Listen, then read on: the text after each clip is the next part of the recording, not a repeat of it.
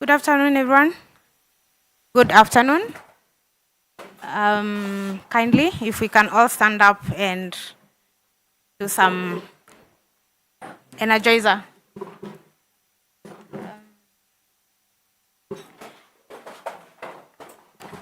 Yeah, so for the Kenyans in the room, please just move closer to the visitors and then let them tell you one word they have learned in Swahili. One word. One word. Kenyans in the room or Tanzanians in the room, move closer to. Please get the word because I'm going to call you to tell me which word you learned.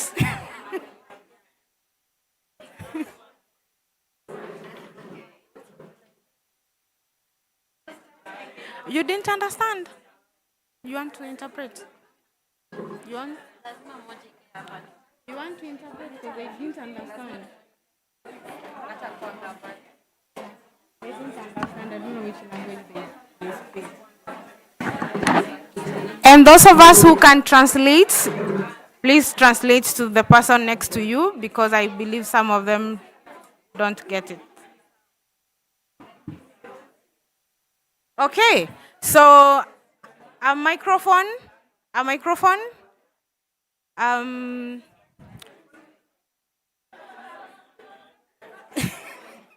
okay, attention.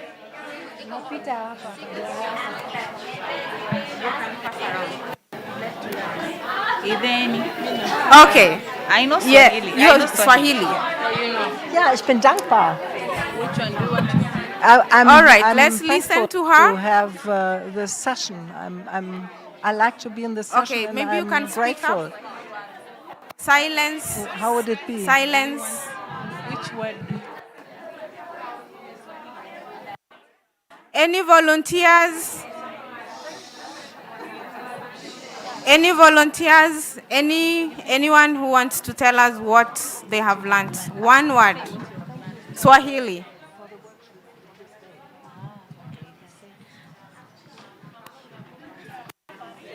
Give to another person.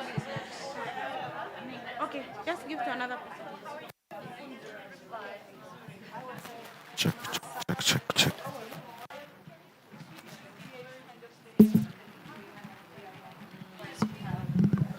Asante kwa mafunzo ya leo. Asante kwa mafunzo ya leo. That's a mouthful, yeah? So that means thank you so much for today's information shared or learnings. Yeah. Next person. Karibu and Hakuna Matata. Yes, like welcome to Kenya. Like we are peaceful people. Yeah, one last person. Yeah.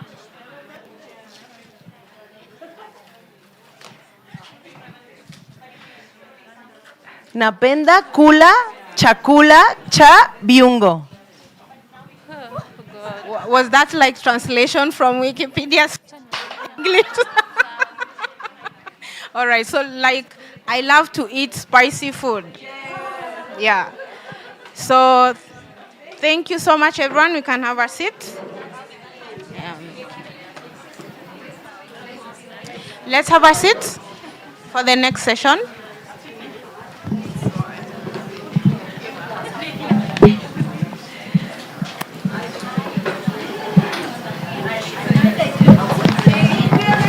Great. So my name is Terry Boke. I am a member of the Media User Group Kenya, and I have been the communications lead for Wikimania 2025. I'm so happy to see all of you here, and I hope you are enjoying and having a good time in Nairobi. If you're not, then maybe you need to see me after here. Yeah, just to make sure that you're comfortable and everything. So in this session, we are going to talk to 4 wonderful Wiki women who have been part of the free knowledge movement.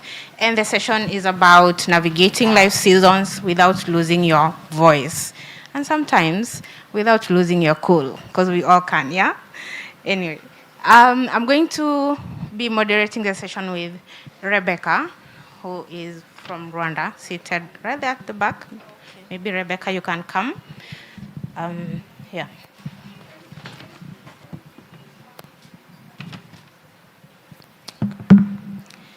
So I'm going to give you a brief introduction about Rebecca so that you know who is speaking to you.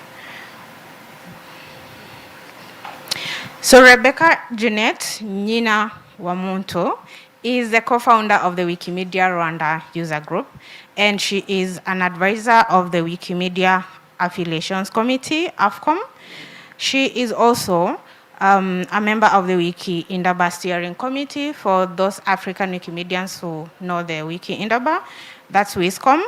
And she is supporting the growth of the Wikimedia communities through impactful initiatives that are focused on disaster reduction and resistance, biodiversity conservation, climate change, and she is also represented the Wikimedia community at international events, including Wikimania, Wikindaba, sharing her expertise in fostering community engagement, collaboration, and sustainability. Rebecca, please make your way here. And the next clap, thank you. Thank you. The next person I'm gonna introduce is Dr. Joyce Nakutumba Nabende. Are you in the room? Dr. Joyce? Okay, seems like we don't have her here, so we'll skip that. The next speaker is Dr. Dorcas Chebet. So Dr. Dorcas is also a lecturer at the university, at the Pwani University, which is one of the universities in Kenya at the coastal region. She is an Afro-feminist scholar, theologian, and senior lecturer in philosophy and religious studies at Pwani University. She researches the Bible from African women's perspectives and has published powerful work on gender, justice, and spirituality. So you have points of reference when you're writing articles, so you can refer her. She is also a research fellow at Stellenbosch University and UNISA. I hope I got that right. Karibu, Daktari. So Karibu is welcome. All of you should know that by now. Karibu. Yeah. The next wonderful woman I want to introduce to you is, we call her Chinu, in short. Chinu. Chinaye Mishra, known as Chinu in the Wikimedia world, and she's a technologist by profession and a passionate Wikimedian. Before I came here, she told me she's an engineer, like she makes robots. I was like, oh, that's cool. Yeah, so she holds a master's degree in computer science from Oaktal University, Odisha. For the past 9 years, she has been an active volunteer focusing on closing the gender gap and supporting community growth in the Wikimedia movement. Outside the Wikimedia, she's a nature lover, an avid reader, and a committed blood donor in her community, giving back to community. Yeah, that's amazing. She hopes to see a stronger and more inclusive Wikimedia community in India. And the Indian women in the room, can you wave? Women from India? Yay! I can tell you for free, these people were fired when they were coming. When you could watch from the Wikimedia channels online, like Indians are on their way. Yeah, and we love you people. So thank you for coming. Caro Maura, I think most of you have heard or read from Caro Maura. When you applied for scholarship, she was working behind the scenes to make things happen for you to get here. Yeah, thank you, Caro. Thank you. Caro is the scholarship lead for Wikimania 2025, and she's also the co-founder of the Wikimedia User Group Kenya. And she has quite a lot that I can talk about. Of time, I will allow them to begin the session, which will be led by Rebecca.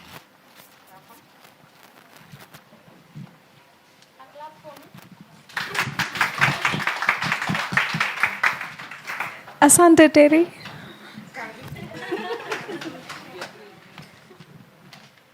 Asante sana, Terry. Yes. Za kushinda. Okay. So we are going to have a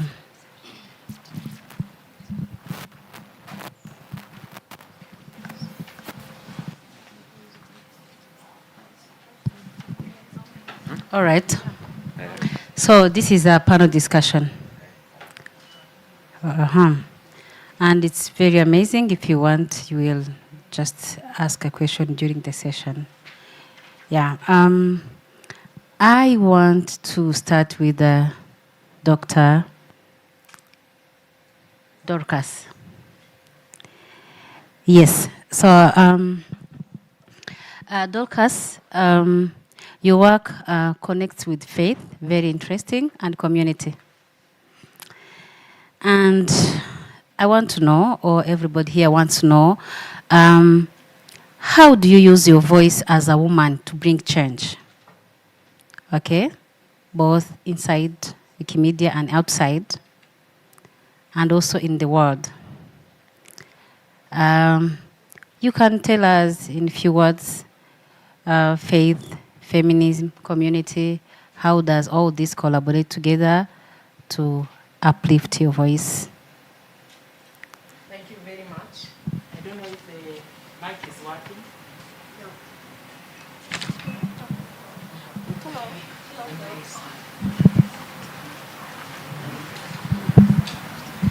I have come to know one thing. And before I say what I have come to know, I also want you to know that I am an ordained minister in the Reformed Church of East Africa. And it took a very long time for me to be ordained. In fact, in 2007, I was sacked because I presented a paper on the finding of the Synod's resolution on the process of women ordination in the Reformed Church. And because I read one of the clauses that had been written in the resolutions of the Synod that said, ordaining women is like ordaining homosexuals. So the church was very furious, and the General Secretary stood up and said, we first of all want to disassociate ourselves with her paper, other things will follow. And I knew that it's going to be bad. Then I learned one thing. We are talking about gender and governance. Following up on what she has asked. If you are not on the table, you are in the menu. Many a times women, we have been on the periphery, voiceless, silenced, and there is power in our voices.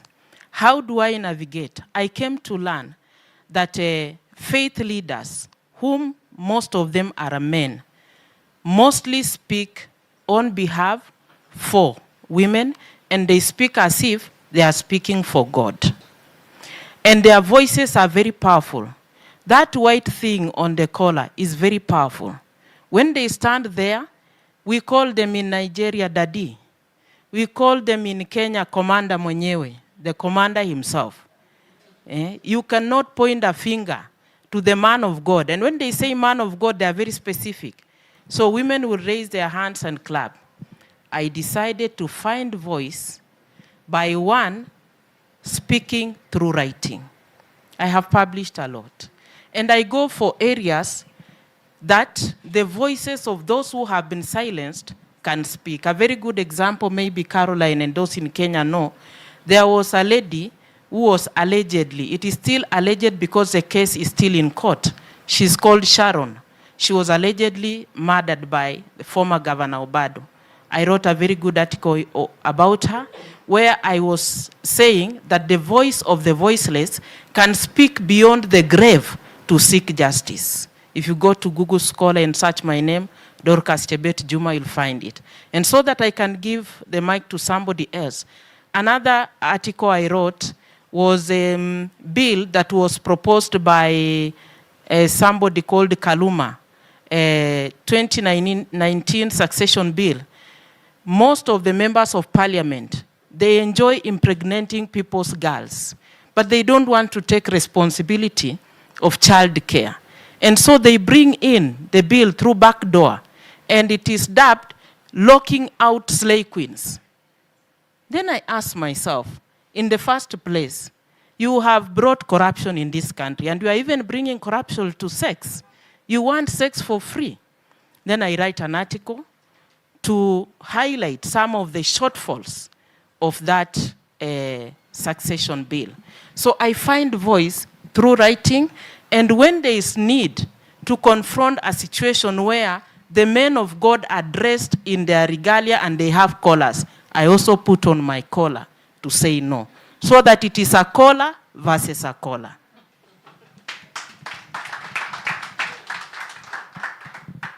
Wow. I feel I can say thank you so much for what you have been doing. Yes, maybe to move so fast, I'll come back to you. I know many questions came up, but let me just go to our next speaker, Chino. Chino, you have been a long time, the journey of almost 9 years or more than 9 years in this movement, in this ecosystem. You really care about gender balance and community growth. What keeps you motivation? What keeps you motivated to do this in all the Wikimedia spaces? Okay. I believe maybe the fairness, the equity that we always talk about, because I see a lot of difference of understanding, difference of distribution of resources, difference in terms of even just by addressing somebody when you are in a common space. So those things, though I don't take it personally, but it hurts. And I say it always like, if we don't speak up for ourselves, then nobody else is going to do. And of course, I also learned that the hard way after coming to this movement, because it's not easy to figure out things at the first go. You need to be grinded and polished to shine someday. So yeah, it takes a tough journey. But when I see an opportunity, we as an observer or maybe in the receiver's end, we see that, okay, that opportunity is for a male, that opportunity is for a female. But what about the opportunity? Opportunity doesn't know whether I'm going to a male or a female, right? It is an opportunity. So when I see that discrimination in terms of understanding, that brings me to a space that, okay, some people are not getting the recognition or the position or the power they deserve because of some other people's understanding of something. So if we showcase them the visibility of, or maybe the impact of the work that the people are doing, that gives a space, a fair space, a transparent space that we call, that we have deserving people, be it in India, be it in Asia, be it in the world, any small affiliate who is doing a great work. So throughout the war, my journey at least, my motivation has been to be the voice for the voiceless, not to be the voice of somebody who already is roaring and globally visible. I might not know the people in the room who is a probably global admin or some ED of some affiliate. I might not know you in detail. But if you are from a small affiliate, if you are started ever raising a project on your own and you have nurtured some of the Wikimedians in your region, then there is a 90% chance that I know you. I have seen your meta page. I have visited your user pages. I have visited your contributions, and I know you. Maybe not in real, but in virtual. So, yeah. And to all the people who registered for this event also, I remember 129 people registered. So I have visited all their profiles. Whoever has signed their proper usernames. So just to make understand, it's always important to read the people, those who are being your audience. It's not just that you face them just for the sake of facing. So yeah, the more you come prepared, the result is also good. And that has been my motivation, that if somebody is getting a less highlight, then give them the fair chance to be shine and thrive. So yeah. Thank you so much. Why you still holding the mic? According to what Chebet has been saying about it seems like there is a kind of huge gap, according to what she has been saying, and setbacks for women.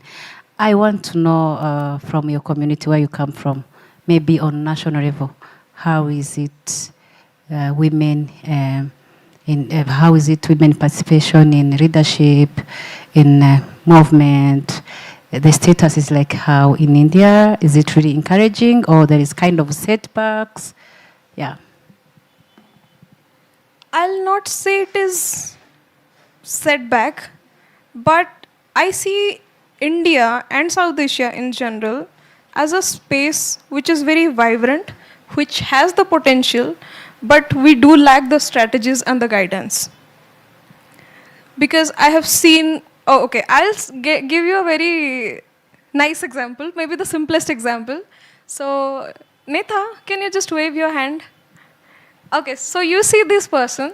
Probably I am here, whatever I am doing today, she has been the first motivation for me. Back in the days 2017, I never told this, but yeah, I see you, I saw you, and I tried to become like you. So it's not that we do not have the potential, because I see some of the young people in the room. I see Akshita, I see Anchal. These people, if they are groomed well, I also see Shreya. She has done a wonderful job in terms of outreach and the social media handling and everything. So I see these people, they do have the enthusiasm to proceed. They do have the energy to invest, and they just need the proper guidance and the scope that we are here. So I'll not say that there is a setback in South Asia. No, there is no setback. But it's just that we need the proper guidance and strategy. Yeah. Wow. Thank you so much, Chino. Yeah. She has it, don't worry. I loved the way she appreciated her mentor. I was a bit nervous about that. You know, it is always good to appreciate someone who has helped you and encourages more people to also try to mentor others. So thank you. I'll just word one more sentence. So there are people who are actually bringing new leadership to the movement in general from South Asia. You just now, after the lunch, saw the message from Nitesh, the She Leads campaign. That is an emerging and very powerful campaign that is bringing on more women into leadership and to more visible spaces. And unfortunately, we do not have Manav here today. She has been the reason that we could host the WikiWomen camp in India in 2023. So there are people who are putting all their time, energy, effort, and intent to bring people more into the movement, more to the visible spaces. And yeah, that's what it speaks like. Action speaks louder than words. Okay, wow, that's great. Yeah, it is always good and amazing to appreciate someone when she's still alive, okay? Yes, let's move to Karori Mwara. She's an amazing woman, and especially she's among the organizers of this event we are having here. Aren't you curious?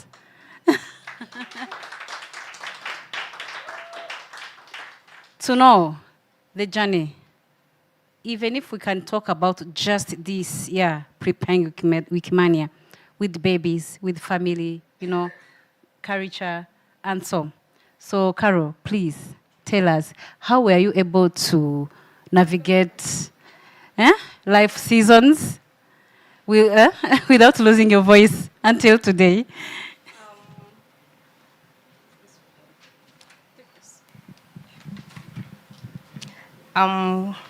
Good afternoon, jambo to everyone. Where would I start? I think I will start with my journey navigating Wikipedia, and I'm a professional librarian. That is my 8 to 5 job. Curious about information, curious about will Chinu find this information available? So you can imagine coming to Wiki and realizing the hundreds and thousands of gaps about Kenya and generally about Africa, and more specific about women in Africa, women in Kenya, women in climate change, women in medicine. Those have been my motivating factors. And it's been a tough journey of women coming together. For your information, the Kenya user group is led by women. So you can imagine we have decided to we bring our babies to our meetings. My co-founder has an 8-year-old. I have an 8-year-old. She was helping me prepare myself to come to this conference. She wanted to pack with me, you know. And so for me, I decided to include her in she's my wiki girl. So all the little details I do, I involve her. Because of the late night meetings, I try to let her understand, you know, she needs to sleep, I'm going to sit down and work. But what has really motivated all of us, it is us collaborating and being there for each other as a user group. And we have ended up recruiting more women on the Wikimedia user group. I know 90% of them are here. So, so trying to really bring them together and seeing gaps that as a librarian, I can't keep quiet about them. If I see something, I'm there telling Dr. Chebet, I have identified this article. It has a gap. Please start working on it. I will be behind you to help you, you know, improve it. I see an article. I work in an informal settlement where I see girls every day being left behind to come to the library. You know, they are left behind to cook for their siblings, to wash. So that really, I know it is not the best. They should also be the first people to come.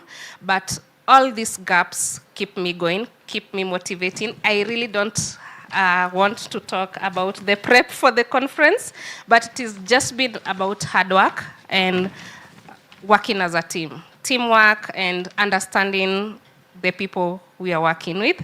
It's been such an amazing, tough journey, but I'm really glad we are here, and all of you are here to be with us.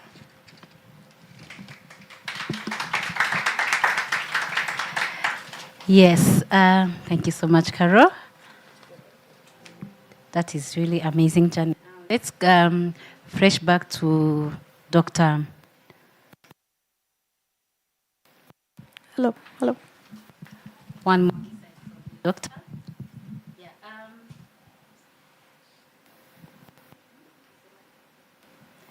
You hear me?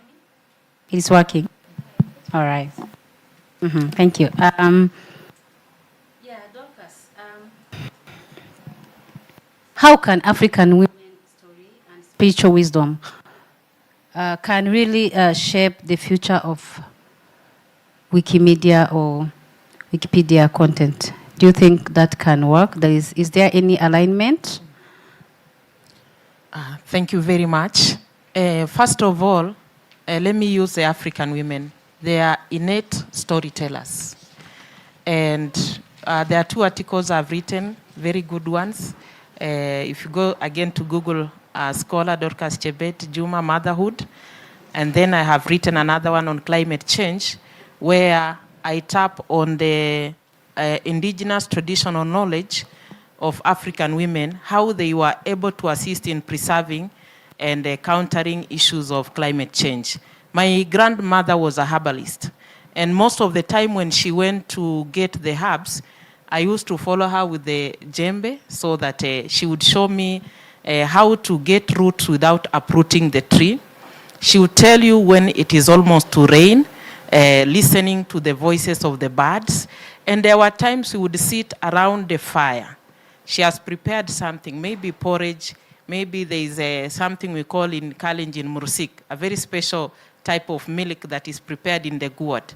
We are listening to her, and she's talking to us about very important thing. In fact, she's the one who lured me into the issue of the dignity of human sexuality. She taught us very important things through storytelling about human sexuality in a way that empowered me and gave me the voice to also use that innate aspect of storytelling to also tell my stories. And when you actually, I'm not even bragging, but it is the truth. When you read my articles, you will see that most of them are giving the perspective of human as the dignity of human sexuality in a way that it is a storytelling. This one I've written about Tamar, you know, from 2 Samuel chapter 13, the rape of Tamar. And I blend that with the voice of the woman in the Song of Songs. This one is silenced, but this one is speaking passionately.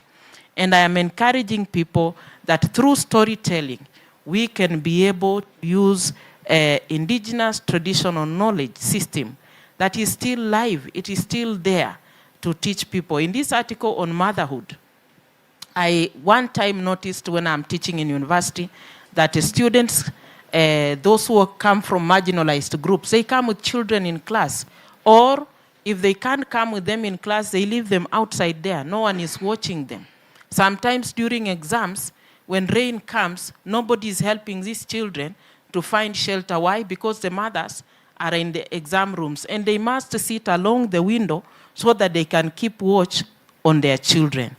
I wrote an article on that, challenging the government to also find ways of adding budget in their financial budget to support these young mothers so that they can also get equal education. So storytelling, it is still one of the most important aspects. I don't know if Wikimedia can create space for storytelling from all sides, whether from India, from Africa, because when we find voice, we shall speak. It's not that women do not have voices. They have voices, but patriarchy silences them. It is systemic. It even recruits women themselves to silence fellow women. Patriarchy recruits fellow women to be checks of fellow women and tell them they are misbehaving, you are bad girls, you have bad manners, you are not dressed well, you are not walking in proper manners. That way, it makes many women to walk under the shadows of either fellow women or the shadows of men, so that if they have not been approved, they will die silent.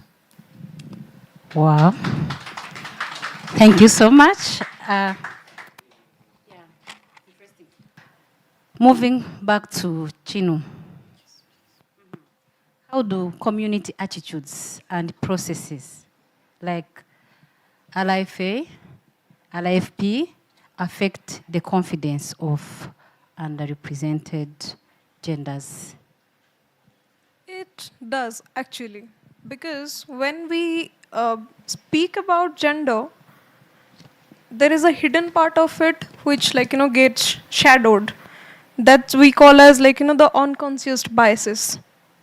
The way we are speaking about the statistics, when 85% of men are taking some decision to the remaining 15% of women, it will be subconsciously biased. It's not a fault that they are doing it purposefully, but it's just that the thought processes are tuned into a different thread, which might not end well to the opposite gender or maybe the neutral ones who are gender biased people, the gender neutral people. And finding diversity in those spaces, it is difficult, and I see a good governance structure would play a huge role in that. Because, okay, when we plant a tree, we need to look at the ecosystem, how the tree is responding to the light, how that plant is responding to the level of water or maybe the soil quality or something.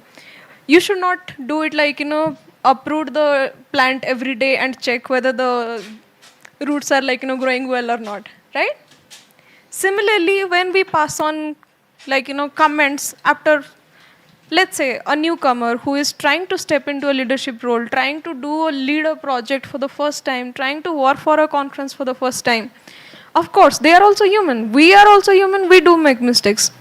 Instead of guiding, if we'll tell them that, like, you have already been in, like, this space for 2 months and you are responding this way, this is not done. Yeah, of course, guiding them is good. But passing on some kind of unacceptable things or which might not end well, I see that little less empathetic. And that visibility, yeah, there have been some recent instances where I have seen that, like, people getting little biased towards newcomers, especially females.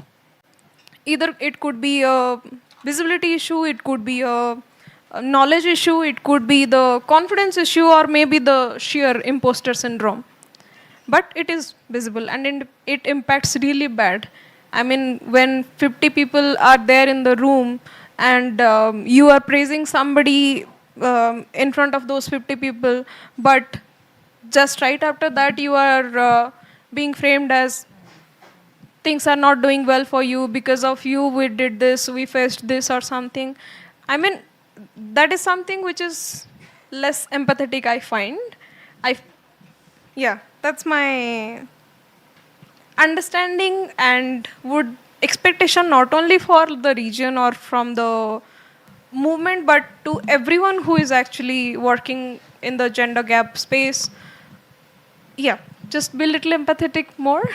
Be kind to yourself as well, because at times as women we do have, like, this perfectionism towards, like, inclined towards the perfectionism. So just accept it in mind that good enough is perfect. I am a coder and in corporate life we say that, like, if the code is working, there is no need to touch. So, yeah, if something is working good, we can try to improve it, but do not try to change it or uproot the tree and check, like, whether the root is growing or not. So we all need to observe the ecosystem rather than the person's efficiency or questioning it by any means. Yeah, that's all I. Yeah, thank you so much. So do you think the current eligibility and the pathways to these rights are equitable? Why or why not? I will not say it is 100% equitable because of the, like, evident statistics that we have. I'm not saying that it is a personal opinion, but we have seen, be it in terms of elections, be it in terms of, like, grant making, be it in terms of any kind of, like, preferences in terms of bureaucracy or something, it is evident. So we do not need a personal opinion in that part. So yeah, it is not yet equitable, but one good thing is, at least in this Wikimedia movement, we talk about it, we know the gaps, and there are people who are working for that. So it is not something, it is not the elephant in the room anymore. Everybody knows that there is an elephant, and we are kind of, like, trying to make the elephant come. So we are taking steps for it. We have not let it go just like that. So that's one good thing that we have. Yes, thank you so much. This is what Dr. Dorcas has been saying. We are moving in the shadows of those who tried before, and this has been there for a long time ago in every corners of life of a woman. So yeah. So Carol. Yes. Thank you. So we want to know some insight about pathways and inclusion in this ecosystem. Yes? So what are some concrete ways which you think can support more diverse candidates, and also to be able to take on a leadership and right-based?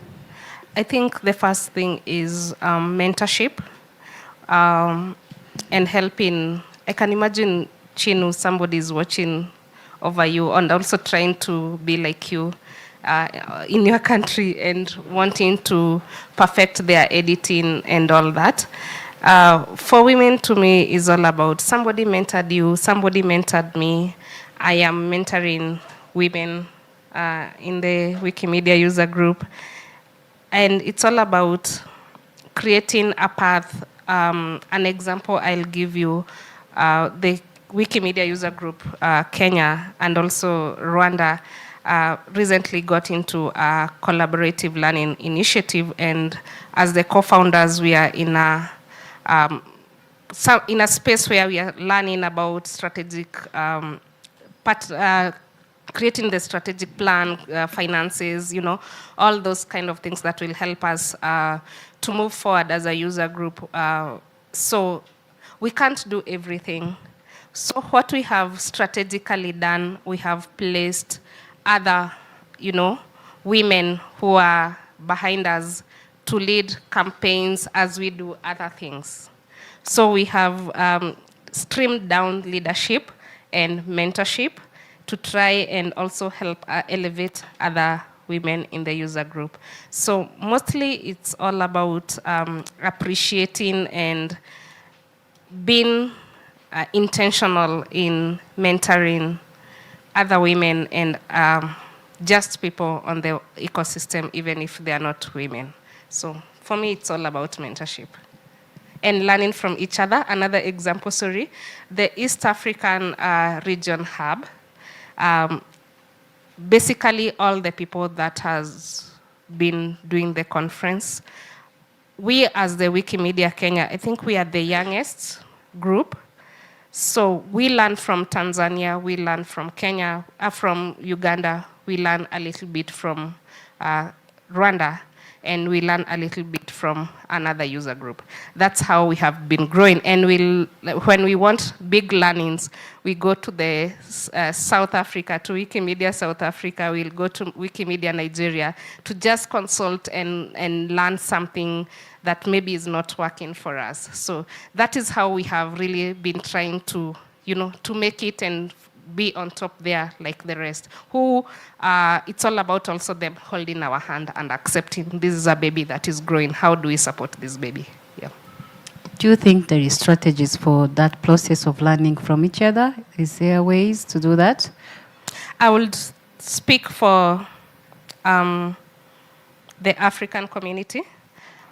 I have seen a lot, and we have the African agenda, which is also, we are trying to really advocate on how we can help each other in the movement. I believe it's there. Chino, I believe it's there in your region. and, and we are all working hard to try and see it's so visible to learn from each other. There was a time I was not getting something after we had been trained. She connected me to somebody either in Namibia or somewhere who actually taught me, and then I got what I wanted to do. Wow, that's what I wanted them to mention. Yeah, thank you so much. And I think it is good we ask our questions before we conclude for everyone.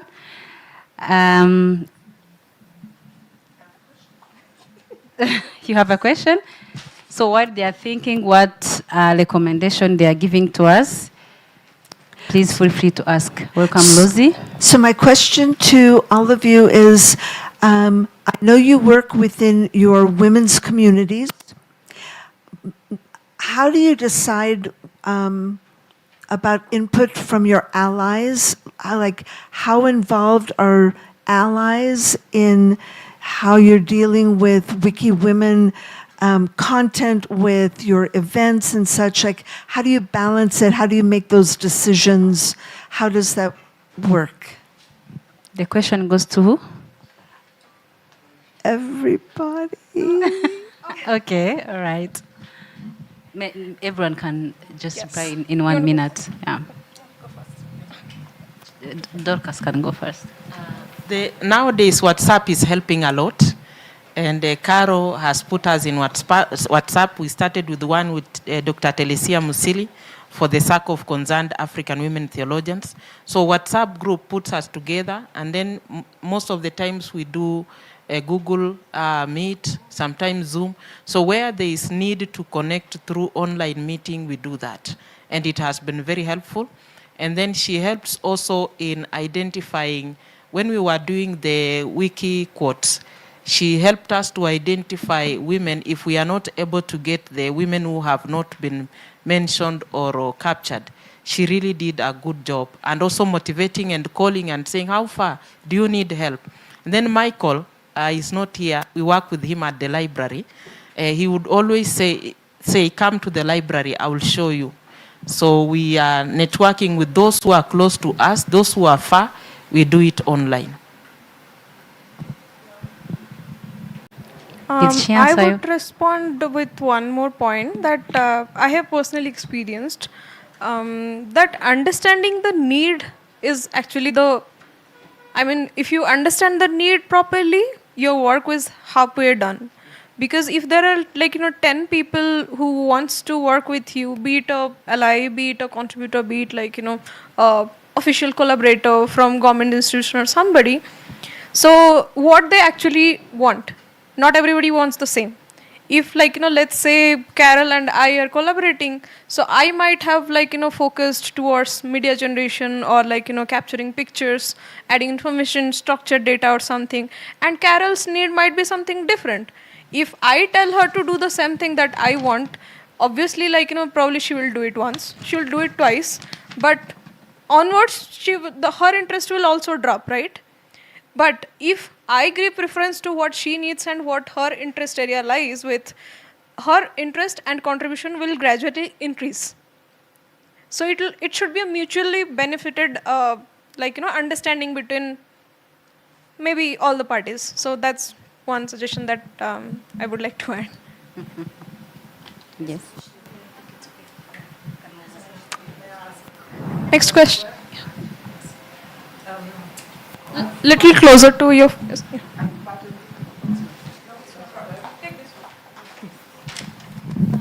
I have a different question. I would like to know your opinion on the use of Wikidata.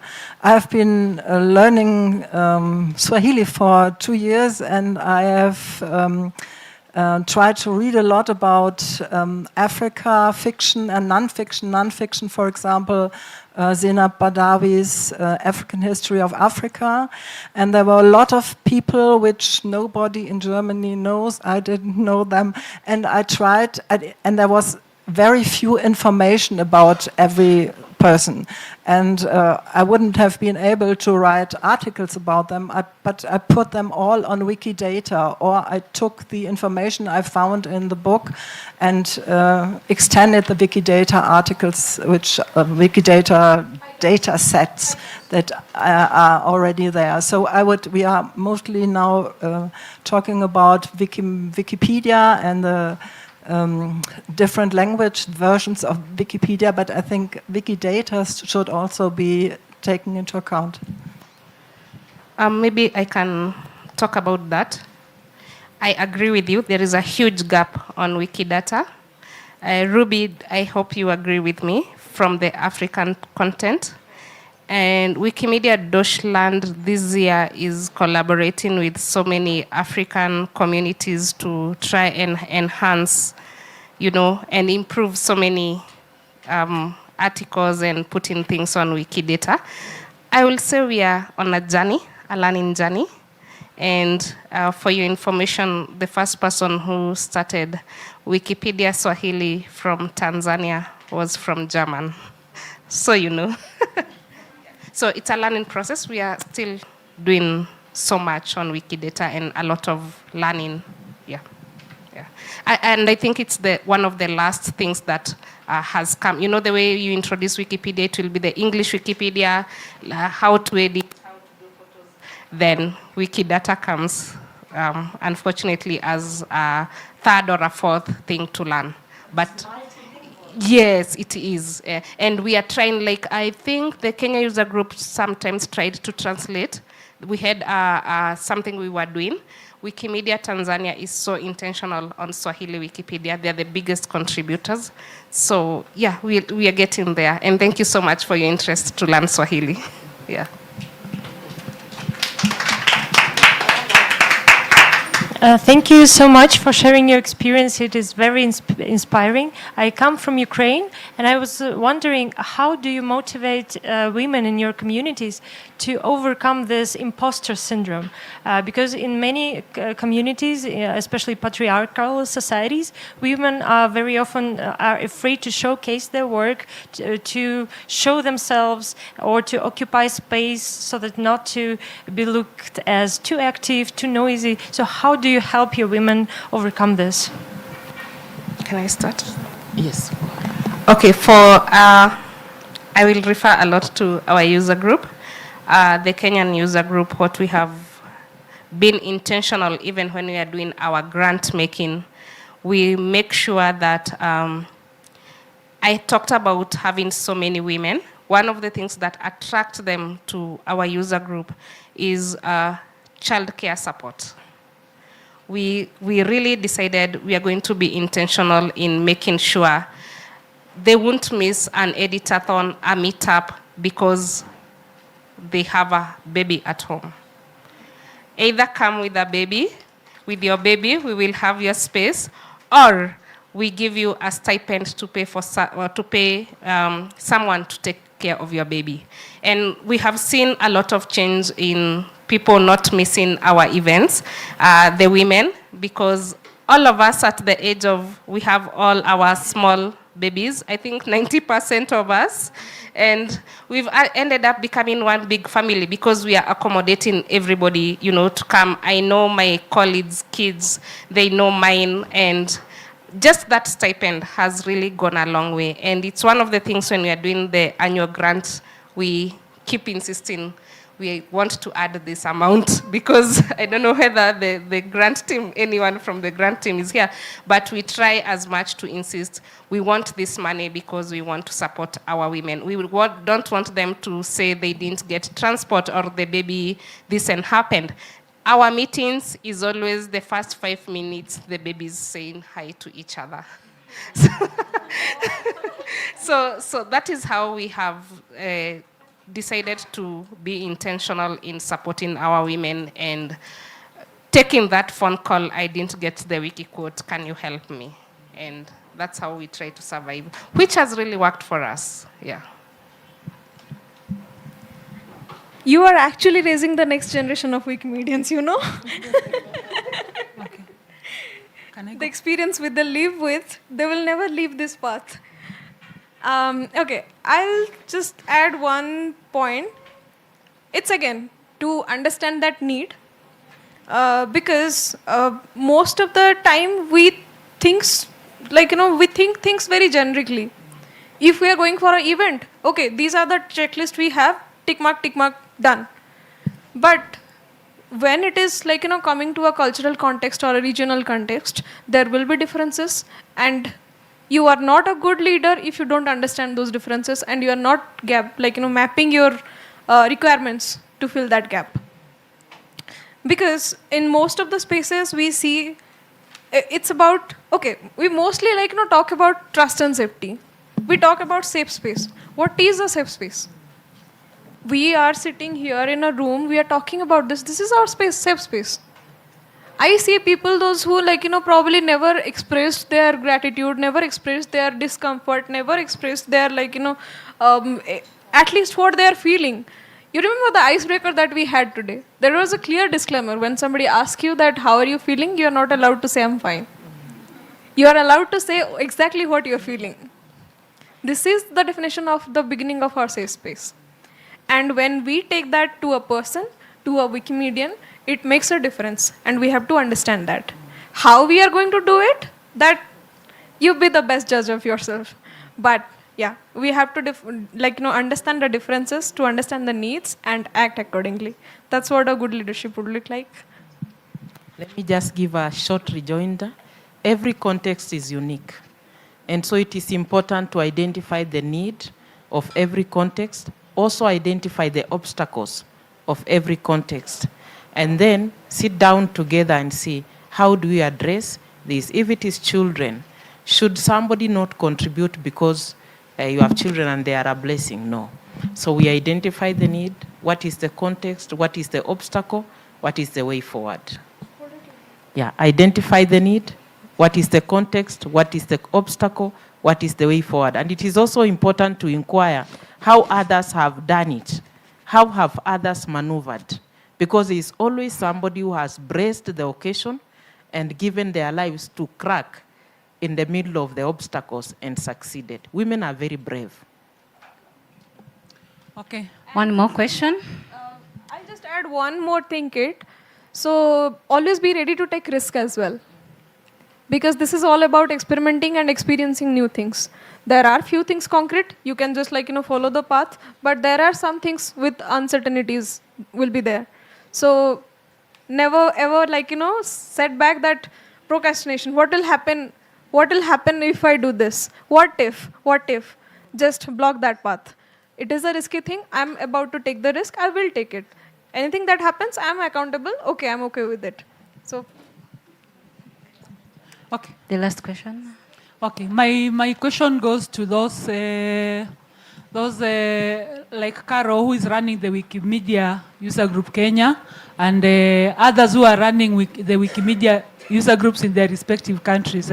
There's a lot of knowledge out there about women, and there are a lot of women who like to join the movement and maybe share that knowledge. You know, knowledge is spread when it's shared. When someone has the knowledge inside, it won't help, but it's shared. It's supposed to be shared. So there are a lot of women out there who like to join the movement. What strategies are you using to create awareness about WikiWomen, or rather the general Wikimedia movement? Thank you.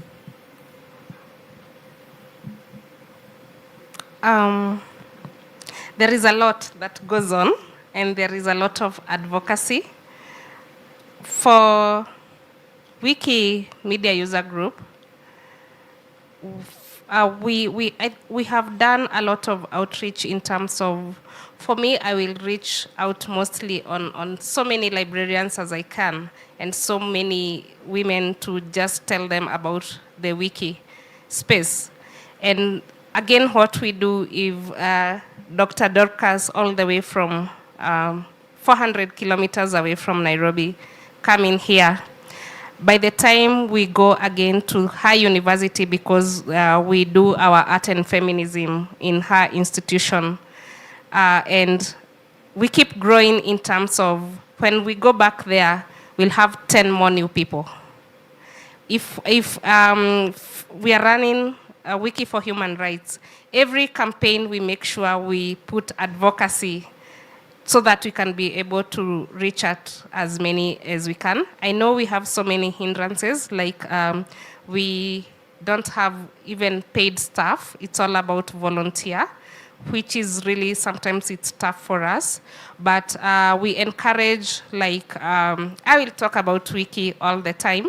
And when, an example, Chebet, she will make sure, like in her department, either the youth or the students or the staff, somebody should just talk about it.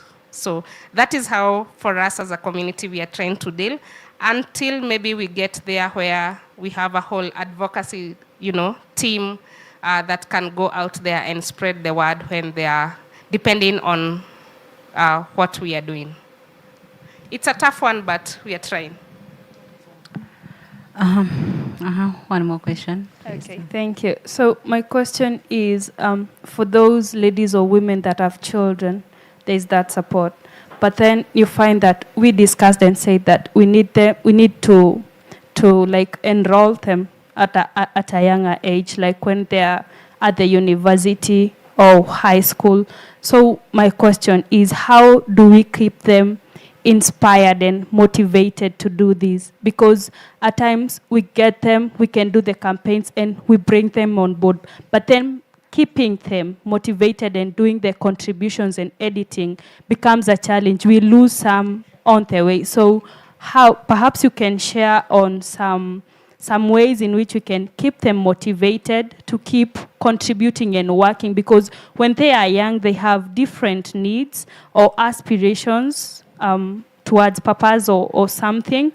So how do we keep them on board so that they become contributors at a younger age and they keep the grit on even going on with life? Thank you. I'll take this. So yeah, the bottom line is same, understanding the need, as I said, because the road might be like, look different, but the pattern is same. What do they need? Maybe like, a lady who is coming with a baby, they need a child support. But a student who is coming out from the hostel to participate in the event, they also need the travel allowance, right?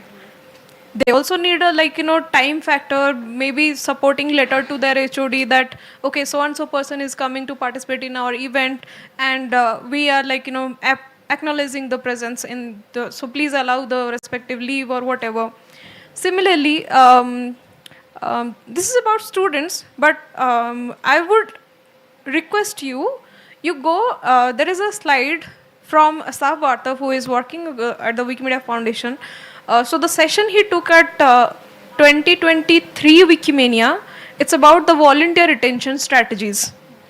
So those are like well implemented, well documented strategies that has helped different affiliates and core organizing groups to monitor the participation and retention from the contributors lately. Maybe it's just a friendly request, if you see something, somebody is doing something wrong contribution, rather than giving them warning, you just go to their talk page, or if you know them personally, you can just simply ask them, hey, I saw you doing this, but probably there is a better way if you can follow this pattern to improvise.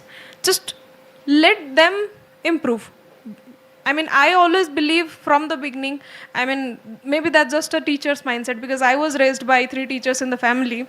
So, so my mom always say that we learn through what we go through. As long as we do not leave that experience, it is difficult to understand that situation. As long as we understand the needs, we fulfill the needs. But yeah, it's your observation skills. But yeah, that resource from the volunteer retention strategies will be definitely helpful. Or maybe when somebody is doing some tremendous work, as a small part of the recognition, you go to that talk page, leave them a message publicly that, hey, I saw you did this and this is making impact. So many, if you wrote an article, this number of people have read your article, and you're doing, keep up the good work and something. So that might also give them a sense of recognition, also a motivation to continue their journey. So yeah, consistency and observation, and yeah, that's. Thank you so much for the questions. Yes. Any further questions? Okay. Yes. So our panelists, starting from Dr. Dorcas, you are free to give us your final remarks and recommendation in this ecosystem. Never surrender, retreat, and re-strategize. Also, respect each other, including yourself. Respect your contribution as well. When somebody lashes out you that you did it wrong, look at yourself if you did it wrong or right. Be your own judge. Respect yourself, respect others.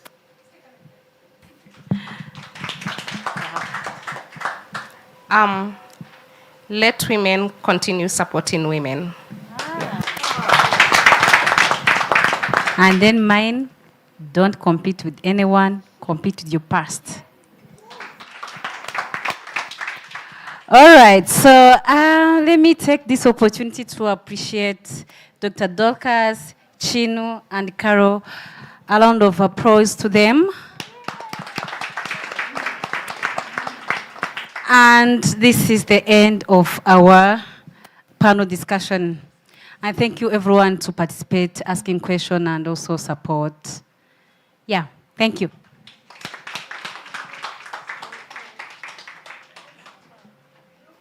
Are you here?